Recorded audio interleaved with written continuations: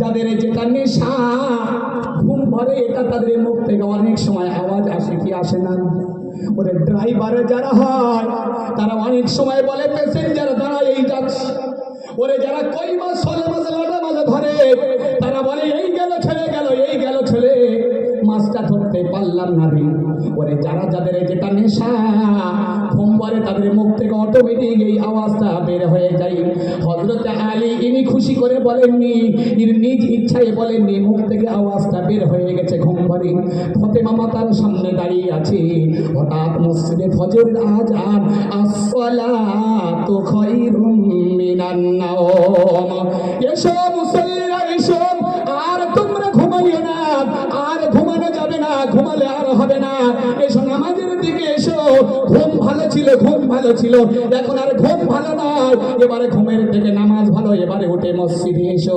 হযরত আলী বিছানা থেকে উঠে উপরের দিকে তাকিয়ে দেখলেন মা ফাতেমা তার সামনে, তার পাশে গিলাস হাতে নিয়ে দাঁড়িয়ে আছে। হযরত আলী হতভম্ব হয়ে গেলেন, ফাতেমা কে তোমার পানি নিয়ে দাঁড়াতে বলেছে? ফাতেমা বলল, গো আমার স্বামী নেই, রাত্রে বেলা তুমি তো বললি ইয়া ফাতেমা জিতু বিল মা, ও ফাতেমা আমার জন্য পানির ব্যবস্থা করে দাও, আমি তোমার জন্য পানি নিয়ে গভীর রাত থেকে এখনো পর্যন্ত আমি তোমার অপেক্ষায় আছি গো স্বামী, এই নাও তুমি জান ভরে পানি পান করে নাও। ও মুসলমান বাপজিরা, সোনার লালেরা, ও আমার মা খালেরা, ফাতেমা ঈশা খাদিজার দলে রাখো।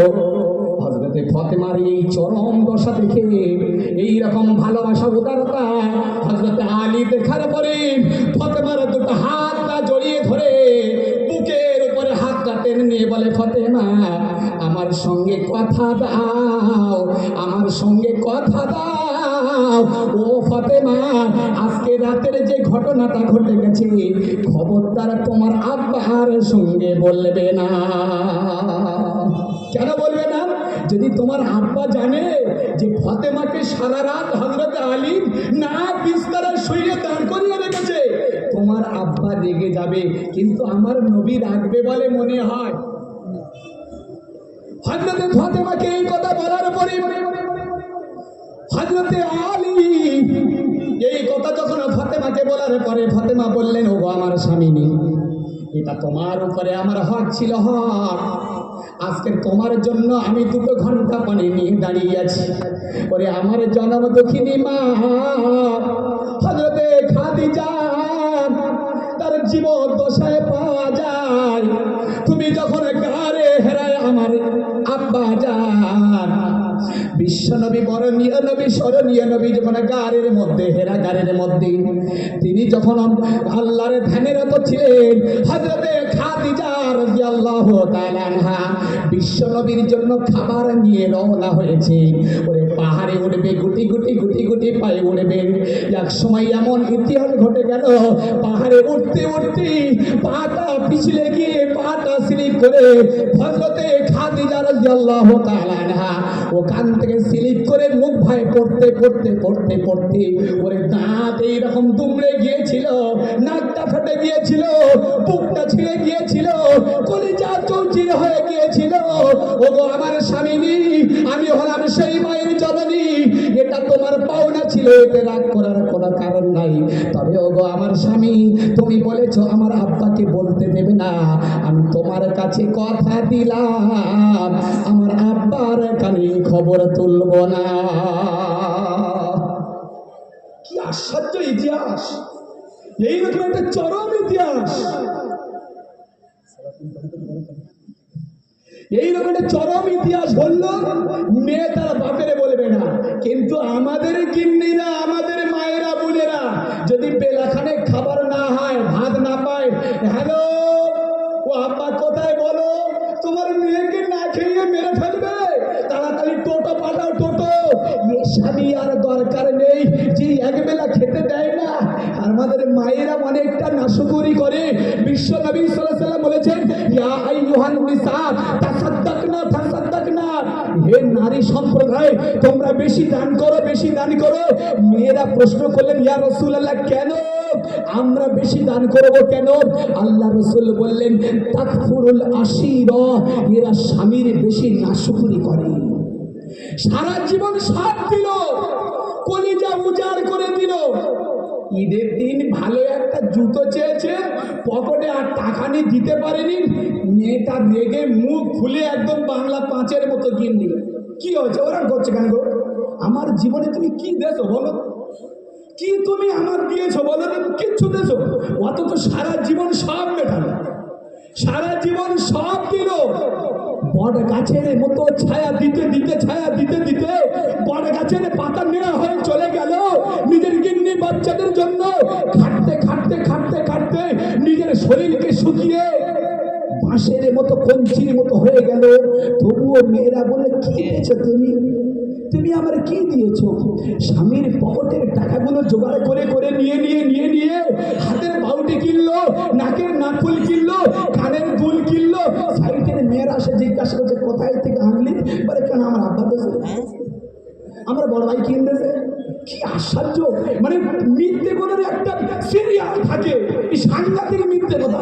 শয়তান বলে এরা মিথ্যে কথা আমরা জীবনে বলি না, শয়তানের মাথা খারাপ বলে এইরকম মিথ্যে কথা আমরা জীবনে বলি না। এ তো আমার আব্বা দেশে, তাহলে স্বামীকে কি বলে? কি বলে গো? আমি বলবো নি, তোমরা বলো। আমি বলি গন্ডগোল আছে, এই যে আমি বলবো না। এই জন্য করে আমার সোনামণি মায়েরা রেগে গেছে, কেন বলিনি ঘরে তাহলে তুই নিজেরা করছে কেন বলে? হ্যাঁ, যত তুমি রাখো, যত রাখো মাসি, আমি বসে আছি, কোনো অসুবিধা নাই। তাহলে যে কথা আপনাদের শোনাচ্ছিলাম, তাহলে হযরতে আলী রাদিয়াল্লাহু তাআলা আনহুর সঙ্গে কথা হলো, বিশ্ব নবীর কাছে এই খবরটা তুলবে না, কিন্তু বার্তাবাহক, খবর বাহক একজন আছে। ওয়ামা ইয়ানতিকু আনিল হাওয়া ইন হুয়া ইল্লা ওয়াহয়ুন ইউহা। আমার আল্লাহ তাআলা বিশ্ব নবী সাল্লাল্লাহু আলাইহি সাল্লাম কি কোন কথা বলেন না। আল্লাহ জানা গুফতে, জিবরাইল তা না গুফত। আল্লাহ যেটা না বলেন জিবরাইল সেটা বলে না। আর জিবরিল না গুফত, মুহাম্মদ না গুফতান। জিবরিল যেটা বলে না, নবী মুহাম্মদ এটা কোনোদিনই কারোর কাছে দেয় না। যদি নবী মুহাম্মদ এক্সট্রা কথা বলে, মাওলানা সোহাইব যদি এক্সট্রা কথা বলে, কোরআনকে ফলো করো। কোরআন বলছে হবে না। আনিলে আমি এই ডান হাত ধরে লাখদানার মিনহুল আতিন। ওরে সোহাইব, তোর কণ্ঠনালী টেনে ছিঁড়ে ফেলবো। একটা কথা এক্সট্রা বলা চলবে না, পাগলামি করার জায়গা পাবি না। আল্লাহ ধরলে কোনোদিন তোর ছাড়বে না। আল্লাহ তাআলা জিবরিলকে পাঠিয়ে দিলেন, জিবরিল তুমি চলে যাও, চলে যাও, এই খবরটা নবী মুহাম্মদকে শুনিয়ে দাও। কে খবরটা দেবে? হযরত জিবরাইল খবর দেবে, মা ফাতেমা খবর দেবে না। কি খবর দেবে? ফাতেমার সঙ্গে যখন অঙ্গীকারবদ্ধ হলো, হযরতে আলী বলল ফাতেমা এ কথাটা বলো না, বলো না। যদি না তুমি বলো, রব্বানের কাছে দোয়া করব। কি দোয়া করেছিল? এটা কি বলেছিল? আল্লাহ আমার ফাতেমার কানের দুটো দুল দাও। এ দোয়া করেনি, এ দোয়া করেনি। আল্লাহ আমার ফাতেমা পেট ভরে খেতে পারেনি। ওরে হাতে দাগ পড়ে গিয়েছে, কুয়ায় দিয়ে পানি তুলতে তুলতে, কাঁধে মস্ক বইতে বইতে দাগ পড়ে গিয়েছে। আল্লাহ ভালো একটা খাদেমের ব্যবস্থা করে দাও। এ দোয়া কিচ্ছু করেনি রে সোনা, একটু ভুল বুঝলে হবে না। দোয়া করেছিল এটা, আল্লাহ আল্লাহ তুমি আমার অর্ধাঙ্গিনী বিবি, তুলে নাও আরশ থেকে তার ছবি, বানিয়ে নাও জান্নাতের রবি। ইনি হলেন মা ফাতেমাতুজ জাহরা। আল্লাহ এর জান্নাতের রমণী বানাও।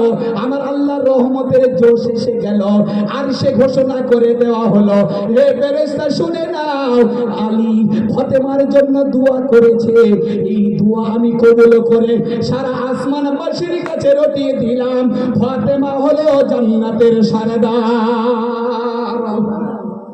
তাহলে ফাতেমা জান্নাতের সর্দার কার দোয়ায় হয়েছে? বাপের দোয়ায় তো? এটা কথা বলো।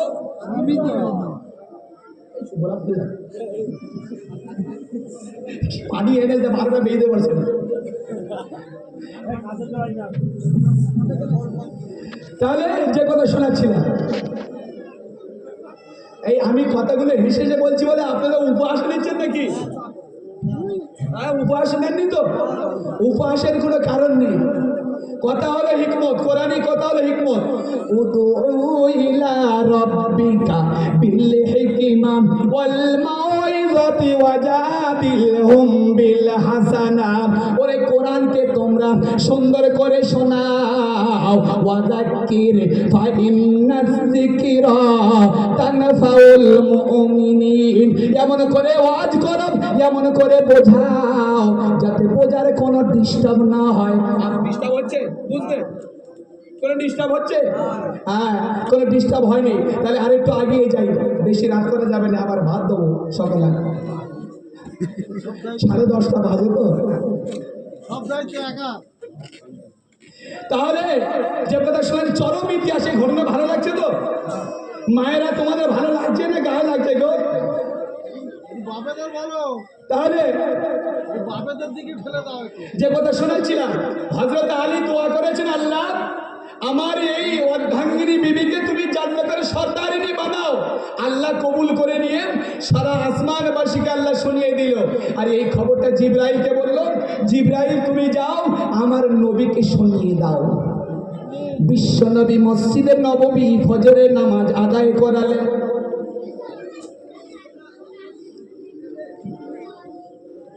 হঠাৎ দেখলেন পাবে জিবরিল। হাজী সাহেবেরা যারা গিয়েছেন তারা জানে দোয়া করবেন, এই অভাবের নিয়ত আছে আল্লাহর কাবায় যাওয়ার, দোয়া করবেন। ওরে পাবে জিবরাইল বলে একটা গেট আছে, গেট, সেখান থেকে জিবরিল আসেন নবীর সঙ্গে মোলাকাত করতেন। হঠাৎ দয়ার নবী ফজরের নামাজ আদায়, নামাজের পরে বিশ্ব নবী পিছন দিকে ঘুরে বসেছে। হঠাৎ দেখলেন পাবে জিবরাইল, সেখানে জিবরাইল হাত ছাউনি দিয়ে ডাকছেন, হুজুর হুজুর একটু আসেন, আপনার সঙ্গে একটু কথা, আপনার সঙ্গে একটু মোলাকাত। ও মুসলমান বাপজিরা, প্রতিদিন হযরতে আলী মসজিদের নববী গিয়ে বিশ্ব নবীর পিছনে নামাজ আদায় করেন, কিন্তু যেদিন রাতে ঘটনাটা ঘটেছে সেই দিন ফজরের নামাজ পড়ে মাত্র আর থাকিনি, পালিয়ে গেছে। যদি কেউ দয়ার নবীকে শোনায়, আলীকে দাঁড় করিয়ে জিজ্ঞাসা করবে, আলী আমার মেয়ের সঙ্গে এইরকম ব্যবহার কেন করলে? হযরতে আলী ফজরের নামাজ করে দিল, মসজিদে খালি, চলে গেল তাড়াতাড়ি তারা বাড়ি। আর থাকিনি কেন? যদি নবীর কাছে কেউ খবর দেয়, নবী আমার ধরিয়ে দাঁড় করিয়ে জিজ্ঞাসা করবে, আলী কেন আমার মেয়েকে এইরকম কষ্ট তুই দিলি? এই হযরতে আলী চলে গেছেন। জিবরিল আমিন এসে খবর দিল, ইয়া রাসূলুল্লাহ একটু খবরটা শোনেন। কি খবর? গতকাল রাতে আপনার মেয়ে আর আপনার জামাইয়ের সঙ্গে এইরকম মুআমালা হয়েছে। তারপরে কি ফয়সালা? স্বামী দোয়া করেছে, আল্লাহ আমার অর্ধাঙ্গিনী বিবিকে তুমি জান্নাতের সর্দারিনী বানাও। আমার আল্লাহ দোয়া কবুল করেছে, আল্লাহ খুশি হয়ে আমাকে পাঠিয়ে দিয়েছে, এই খবরটা তোমার জামাইকে তুমি দিয়ে দাও। হযরতে আলী ফজরের নামাজ পড়ে তাড়াতাড়ি বেরিয়েছে।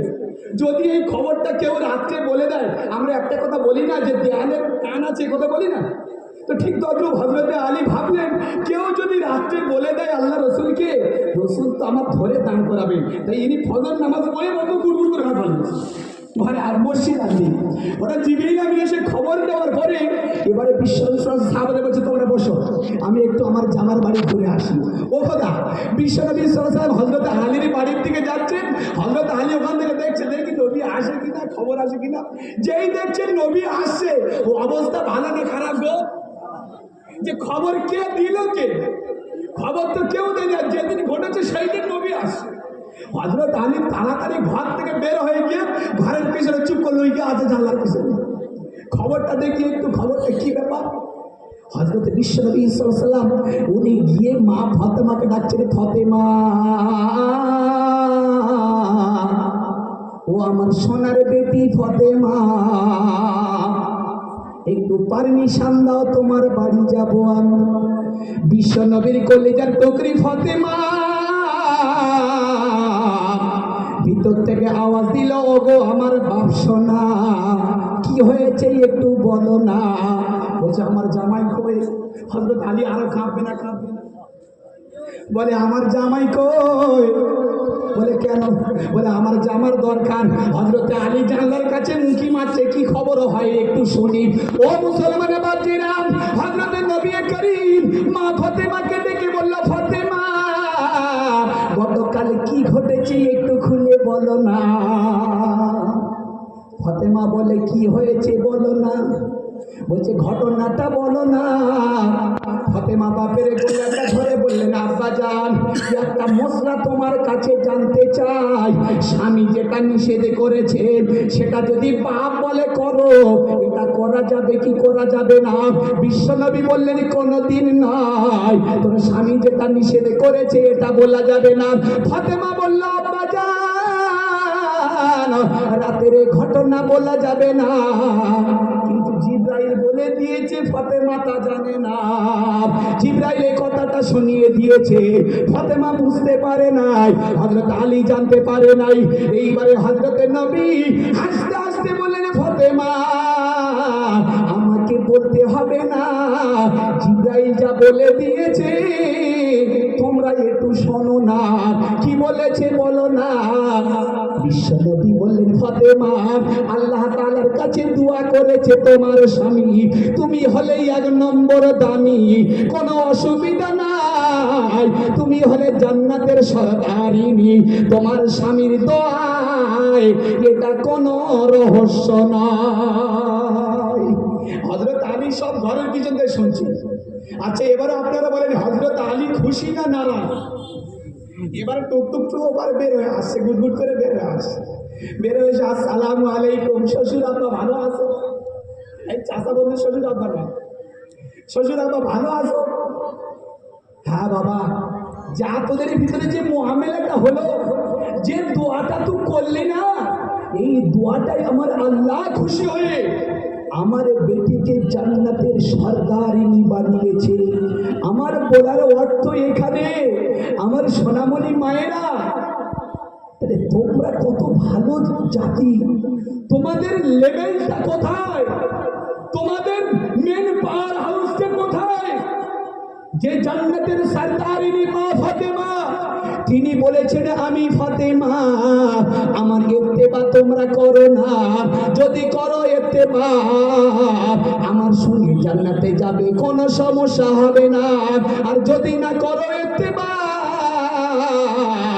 তাহলে জাহিলিয়াতের যুগের মহিলারা যেমন চলে ওদের মতো যদি তোমরা চলো, জান্নাতে যাবে না, আর জাহান্নামে যাওয়ার জন্য কোনো বাধা থাকবে না। বিশ্বনবী দেখলেন একদল নারীরা তাদের মাথার চুল জাহান্নামের মোটকায় বাঁধা আছে, মাথার চুল বেঁধে টপ টপ করে ঝুলছে, চিপটা টেনে বের করা হয়েছে, দাঁতগুলো সব ভেঙে ফেলা হয়েছে, মুখে একটু তাদের গোশত নাই। ও সোনার লালেরা, আল্লাহওয়ালা বন্ধুরা, বিশ্বনবী জিজ্ঞাসা করলেন, ও ফেরেশতা শুনিয়ে দাও, শুনিয়ে দাও, এরা কারা, এরা কারা, এরা কারা?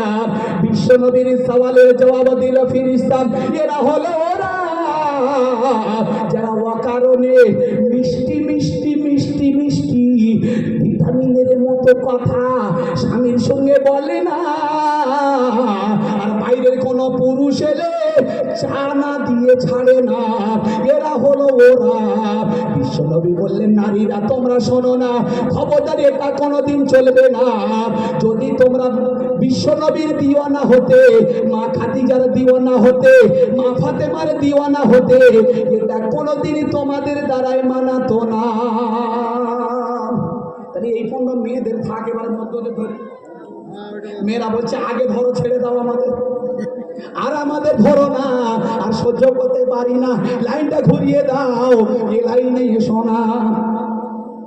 ওয়াজ ঠিক হচ্ছে না গন্ডগোল হচ্ছে? ঠিক হচ্ছে? একবার তকবির দেন, না রে তকবির, তাহলে ওয়াজ ভালো হয়নি। তকবির নেই তো, না রে তকবির, আরো জোরে না রে তকবির, না রে তকবির।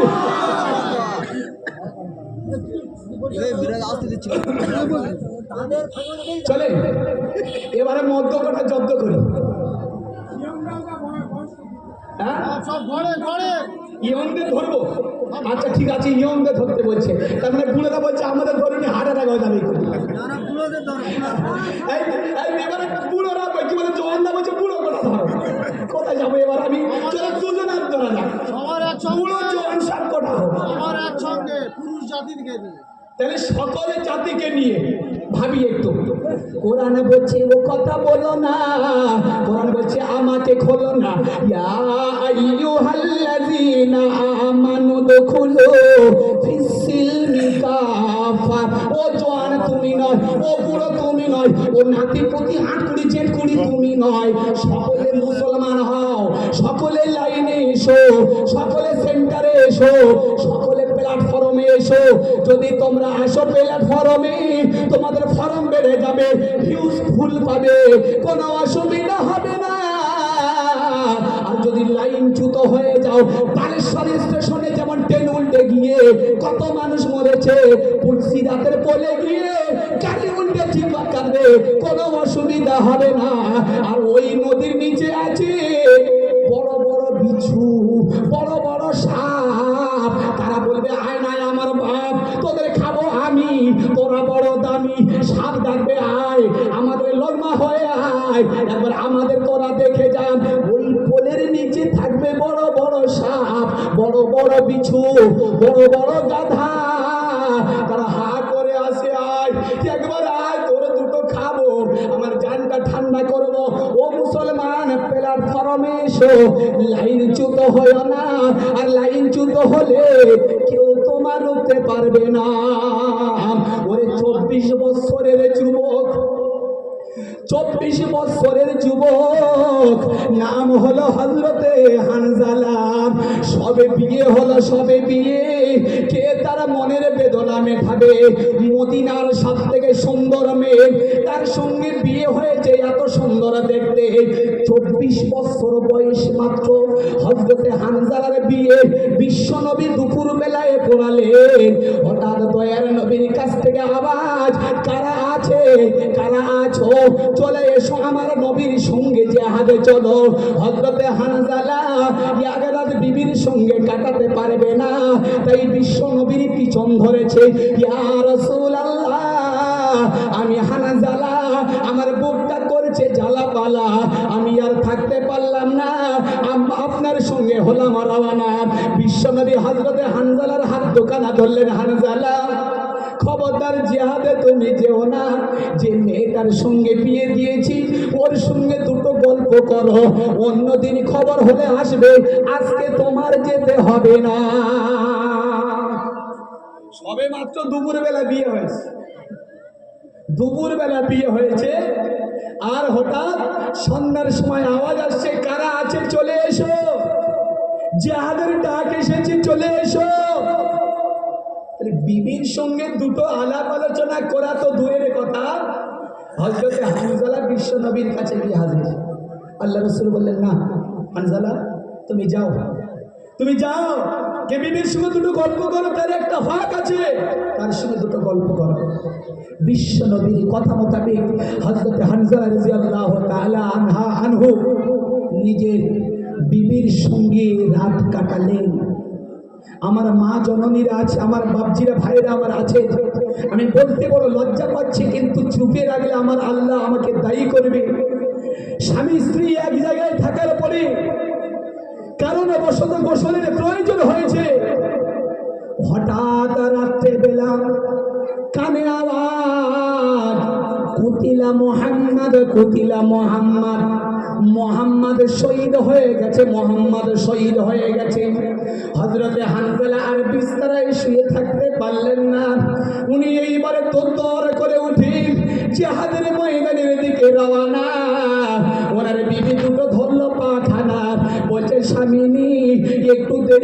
স্বামী, তোমার উপরে গোসল ফরজ আছে স্বামী। জিহাদের ময়দানে তুমি যেও না, কারণ জিহাদে যারা যায় তারা সশরীরে আর ফেরে না। আমি নিজ চোখে দেখেছি, বাপ গেল বাপ কাফন বন্দি হয়ে ফিরে এলো, ছেলে গেল ছেলে কাফন বন্দি হয়ে ফিরে এলো। ওগো আমার স্বামী, তোমার দুটো পায়খানা ধরি আমি কুয়ায় থেকে পানি তুলে তোমার মাথা থেকে নিয়ে পায়ের পাতা পর্যন্ত গোসল করিয়ে দিই, একটু সময় দাও, একটু সময় দাও। স্বামী বলছে, ওরে আমার অর্ধাঙ্গিনী বিবি, আমাকে ছেড়ে দাও, আমাকে ছেড়ে দাও, আমার মন আর মানে না, আমার নবী নাকি শহীদ হয়ে গিয়েছে। ওরে বিবি, ফরজ গোসল পরে হবে, এই ফাইনাল রেজাল্ট আল্লাহ শোনাবে, আমাকে তুমি ছেড়ে দাও। কিতাবের মধ্যে এসেছে গোসল করার মতো সময় পাইনি হযরতে হানজালা তলোয়ার বের করে জিহাদের ময়দানের দিকে দরদর করে আগিয়ে যায়। মদিনার সব মহিলারা বের হয়ে গেছে, আমার নবী নাই, আমার নবী বেঁচে নাই, আমার নবী বেঁচে নাই, আমরা আর বেঁচে থেকে লাভ কি? মহিলারা দরদর করে সব দিক থেকে বের হয়ে গেছে। একটা মহিলা দৌড়াচ্ছে, শুধু দৌড়াচ্ছে দৌড়াচ্ছে। একজন সাহাবী রিটার্ন আসছেন, সাহাবী জিজ্ঞাসা করছেন, মহিলা এইরকম দৌড়া দৌড়ি কেন করছো আমাকে বলো। মহিলা বলল, গো সাহাবী, তোমার কাছে জিজ্ঞাসা করেছি আমি, আমার নবী কেমন, আমার কানে একটু আওয়াজ দাও। সাহাবী বললেন, মহিলা, জিহাদের ময়দানে দেখলাম তোমার নিজের স্বামী শহীদ হয়ে গিয়েছে।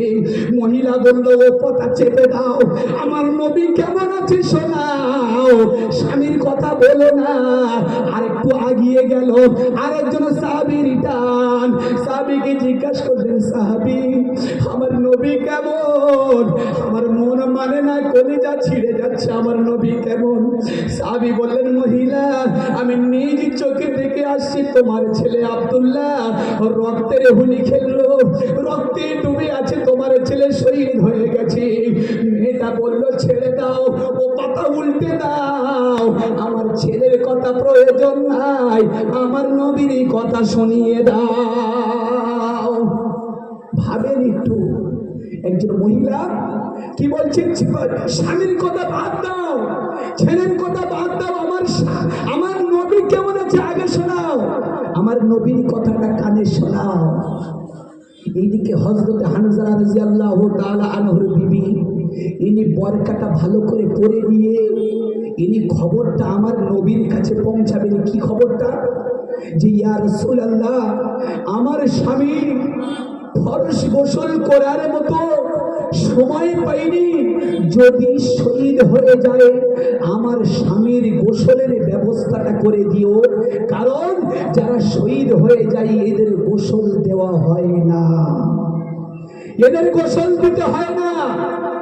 আপনারা যারা বসে আছেন, পিছনের অনেক ভাইরা দাঁড়িয়ে আছেন, আপনাদের চেপে আসেন, আসেন আসেন, মাশাআল্লাহ, আসেন, আসবে আরো সত আসবে, মাশাআল্লাহ माशाल्लाह। हम दे देंगे जान तब नहीं छोड़ेंगे ईमान, नारे तकबीर, और जोर से नारे तकबीर।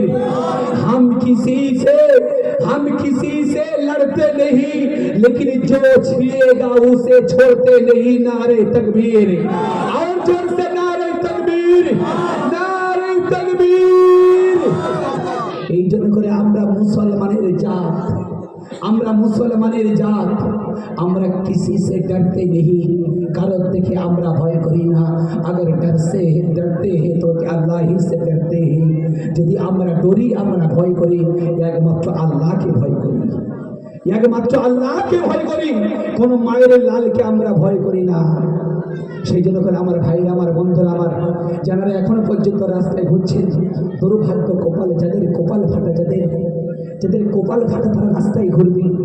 এইরকম বরকতময় মজলিসে বসতে পারবো না, তো আমার কোথায় বসার সুযোগ হবে? আর এই যে চলে আসে, আখিরি দোয়া হবে। এই অধম গুনাহগার আপনাদের নিয়ে গিয়ে গুটি কত কথা আলোচনা করছে, একটু বসেন ভাইরা আমার। তো যে কথা শোনাচ্ছিলাম, হযরতে হানজালার বিবি ইনি বের হয়েছেন, বিশ্বনবীর কাছে খবরটা পৌঁছাবে যে ইয়া রাসূলুল্লাহ, আমার স্বামী অপবিত্র, আমার স্বামীর গোসলের ব্যবস্থাটা করে দেন। বাপজিরা, সোনার লালেরা আমার, এই মহিলাটা আগিয়ে আগিয়ে আগিয়ে আগিয়ে ওই জিহাদের ময়দানে রওনা হয়ে গেলেন। যে মহিলাটা স্বামী হারা, যে মহিলাটা নিজের বাচ্চা হারাম, জিহাদের ময়দানের কাছাকাছি হয়ে গেলেন। এদিকে হযরতে হানজালার বিবি জিহাদের ময়দানের কাছাকাছি হয়ে গেলেন। দুটো মহিলা লাইন দিয়ে দাঁড়িয়ে আছে। আমার নবীর একবার নিজ চোখে দেখব। কি করে আমার নবীর নিজ চোখে দেখবে? দেখছেন হযরতে তালহা আর হযরতে কাসিম, এরা কয়েকজন মিলে আমার নবীর মাথা ফাটা, আমার নবীর দাঁত মোবারক শহীদ, আমার নবীর মাথা ফেটে গেছে, রক্ত গড়গড় করে বের হয়, কপাল ফাটা। হযরতে সাহাবা কেরামরা হযরতে তালহা রুমাল ভিজিয়ে ভিজিয়ে আমার নবীর কপাল খানা মুছে দিচ্ছেন, মাথার রক্ত মুছে দিচ্ছেন, দাঁতের রক্তগুলো সব মুছে মুছে সাফ করে দিচ্ছেন। হঠাৎ মহিলা দেখে বলল, সাহাবা, তোমাদের কাছে আমি একটা খবর পাঠাই, আমার নবীর কাছে একটা কথা আমি শোনাতে চাই। হানজালার বিবি খবর দিল। বিশ্ব নবী বললেন, বলো বলো, কি খবর বলো। ইয়া রাসূলুল্লাহ, রাত্রেবেলা যখন কানে খবর পেল কুতিলা মুহাম্মদ, কুতিলা মুহাম্মদ, ওরে নবী বিদায় বিদায় বিদায়, আমার স্বামী আর থাকতে পারেনি, গোসল করার মতো সময় পাইনি। ইয়া রাসূলুল্লাহ, আমার স্বামী বের হয়ে চলে এসেছে, গোসল করার মতো সময় পাইনি, আমার স্বামীর একটু গোসলের ব্যবস্থা করে দেবেন। আল্লাহর নবীর খবরে দেওয়া হলো। আল্লাহর নবী হযরতে আলীকে ডাকলেন আলী, হযরতে আবু বকরকে ডাকলেন আবু বকর, হযরত উসমানকে ডাকলেন উসমান। চলো, যতগুলো শহীদ হয়েছে সবগুলো গুড়িয়ে এক জায়গায় করো। ওরে কতজন শহীদ, কতজন বায়তীম, কতজন বাপ হারা মা হারা, কতজন পুত্র পরিজন হারাম, এক জায়গায় গুড়িয়ে তুমি লাইন দিয়ে দাও। বিশ্বনবী অর্ডার দিলেন, সবকটা গুড়িয়ে আনো। কতজন শহীদ হয়ে গেছে গুড়িয়ে আনো। গুড়িয়ে গুড়িয়ে লাইন দিয়ে রাখলো, লাইন দিয়ে সব কাফিন বন্দি করে সব লাইন দিয়ে রেখে দিয়েছে। গুণে দেখলো 70 জন শহীদ হয়েছে। কতজন? 70 জন শহীদ হয়েছে। বিশ্বনবী সাল্লাল্লাহু আলাইহি সাল্লাম এই 70 জন শহীদকে এইবারে একবারে করে শেষবারের মতো দেখে নেবে। যেমন আমাদের মহিলারা স্বামী মরে গেলে বা বাপ মরে গেলে বা ছেলে মরে গেলে কাঁদতে কাঁদতে কলিজা ছিঁড়তে ছিঁড়তে এসে বলে, আমার সোনার মানিক কি একবারে শেষবারের মতো দেখে নি, দু চোখ দু নয়ন ভরে দেখে নি। বিশ্বনবী সাল্লাল্লাহু আলাইহি সাল্লাম এইবারে সব সাহাবাদেরকে দেখবেন। হযরতে আবু বকরকে বললেন, একটাই একটা মুখ থেকে চাদরগুলো খোলো। একটাই একটা মুখ থেকে চাদর খুলছেন, আমার নবী মুখ থেকে একটু চুম্বন দিয়ে বলছেন, হে সাহাবী তুমি জান্নাতি, হে সাহাবী তুমি জান্নাতি, হে সাহাবী তুমি জান্নাতি। একটা একটা একটা একটা করে সব কোঠার মুখে চুম্বন দিয়ে শেষে দেখলেন হযরতে হানজালা শুয়ে আছে, আর তার পাশে শুয়ে আছে আমার নবীর জন্য যিনি বলে গেছে, হে আমার ভাইপো, তোর পিঠে যদি একটা আঁচ পড়ে আমি বেঁচে থাকতে আমার কলিজা দিয়ে তোকে রুখবো, যার নাম হলো হযরতে আমির হামজা রাদিয়াল্লাহু তাআলা আনহু। সেই আমির হামজার লাশ আর হযরতে হামজার লাশ এক জায়গায়।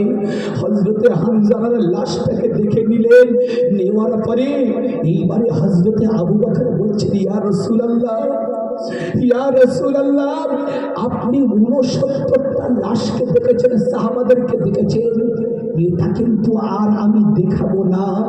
কার লাশকে দেখাবে না? কার লাশকে দেখাবে না? হে যুবক বন্ধু আমার, আজকের মুস্তানি দেখাও, মুস্তানি আজকের বাটপারি দেখাও। তোমাদের মতো টকটকে যুবক হযরতে হানজালা জিহাদের ময়দানে শহীদ হলো ইসলামের জন্য, কোরআনের জন্য, মসজিদের জন্য, মাদ্রাসার জন্য। আর আজ তোমরা ইসলামকে মাটির সাথে মিলিয়ে দেওয়ার জন্য মেলা খেলাম নায়ক নায়িকা এনে আজ সমাজকে দূষিত করবে। বিশ্বনবীর কাছে গিয়ে বলবে, আমার জন্য জান্নাতের সুপারিশ সুপারিশ করো। আমি সোয়াইব এই স্টেজে বসে বলে যাই, খোদার কসম, ওয়াল্লাহি ওয়াল্লাহি ওয়াল্লাহ, কোনদিন আমার নবীর সুপারিশ তোমাদের নসিবে হবে না। আর আমার নবীর সুপারিশ যাদের জন্য হবে না, ইল্লা মান আযিনা লাহুর রহমান ওয়া ক্বালা সাওয়াবান। আমার নবীর সুপারিশ যাদের হবে না, এরা কোনদিন লাইন পার হতে হবে না। ও বাপজিরা, ইতিহাসটা কান খাড়া করে শোনো। মস্তানি করো না, মস্তানি করো না, বুকের পাটা দেখাইও না, শক্তির গরম দেখাইও না, দশের গরম দেখাইও না, পাটির গরম দেখাইও না, দেশের গরম দেখাইও না, আটটা দশটা এড়ে মতর ভয় কাউকে দেখাইও না। যদি ভয় দেখাতে হয় আর যদি ভয় করতে হয়, একমাত্র আল্লাহ ছাড়া কাউকে নয়। এইবারে বিশ্বনবী সাল্লাল্লাহু আলাইহি ওয়াসাল্লাম বললেন, আবু বকর ওই লাশটা আমাকে দেখাও না গো, ওই লাশটা আমাকে দেখাও। হযরত আবু বকর বলছেন, হুজুর আপনার দুটো পা মোবারক জড়িয়ে ধরে বলে, হুজুর ওই লাশটা দেখবেন না, এটা আপনাকে দেখাবো না, এটা আপনাকে দেখাতে পারছি না। আল্লাহ রাসূল বলে, দেখাও, আমাকে দেখাও। হযরত আবু বকর বলে, ইয়া রাসূলুল্লাহ, আপনি সহ্য করতে পারবেন না, আপনি সহ্য করতে পারবেন না। বলছে, আমাকে দেখাও একবার, আমি আমার শেষ নয়ন ভরে আমি একবার দেখে নিই। কিতাবের মধ্যে এসেছে, বিশ্বনবী সাল্লাল্লাহু আলাইহি সাল্লাম আবু বকরকে বলার পরে সিদ্দিক আকবর মাথার উপর থেকে সবে সিদ্দিক আকবরের নিজের রুমালটা একটু সাইড করেছে। সঙ্গে সঙ্গে আমার নবী হযরত আমির হামজা রাদিয়াল্লাহু তাআলা আনহুর দিকে তাকিয়ে দদ্দর করে কেঁদে ফেললেন। আবু বকর,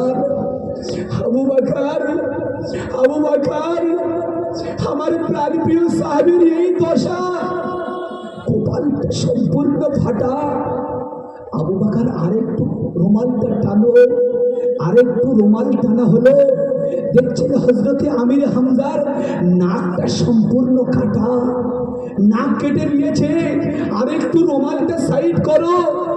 বিশ্বনবী সাল্লাল্লাহু আলাইহি ওয়াসাল্লাম দেখছেন হযরতে আমির হামজার কান ভি কাটা। আমার চাচার এই দশা।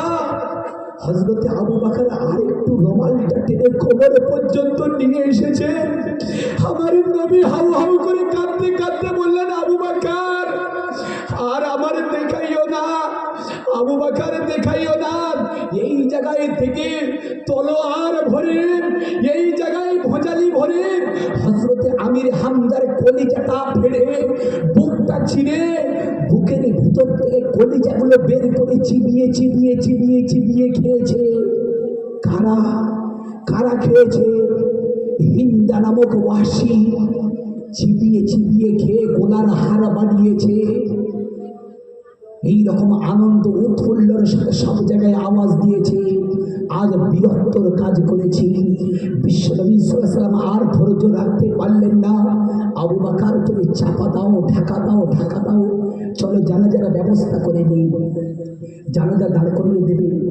লাইন দিয়ে গুনে নেওয়া হলো। আবু বকর আরেকবার গুনো তো, আরেকবার গুনে দেখছে, ও খোদা, প্রথমবারে গুনে দেখি 70 জন, দ্বিতীয়বারে এইবারে জানাজা নামাজ পড়া হবে, গুনে দেখা গেল 69 জন। আরেকজন গেল কোথায়? গুনে দেখছে 69 জন। তার মানে এখানে বোঝা গেল আমার নবী ভুলে গেছেন যে হযরতে হানজালা যে অপবিত্র, এই গোসলটা করিয়ে দিতে হবে। আমার নবী ভুলে গেছেন, কিন্তু আমার আল্লাহ ভুলেননি। যদি বলেন আমার আল্লাহ ভুলেননি।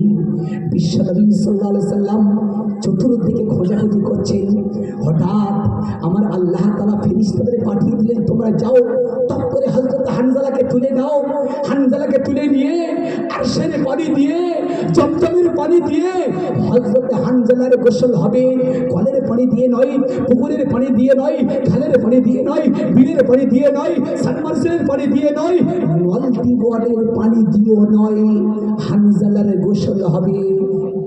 জমজমের পানি দিয়ে জোরে বলেন কিসের পানি গোসল হলো হানজালার?